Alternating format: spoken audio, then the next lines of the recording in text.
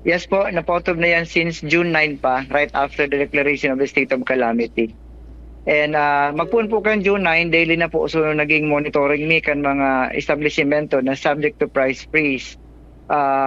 So far until now po, okay pa man ang presyohan, dahil pa kaming nanunutaran ng mga even a little price increases sa mga nasabing mga produkto. That means compliant po ang sa tuyang mga establishmentong concern digdi sa pigpalos ta po nga na to price freeze order. Ayon, pag sinabi tang price freeze order kang DTI, may mga sako po tabi na produkto tabi Sir Dindo.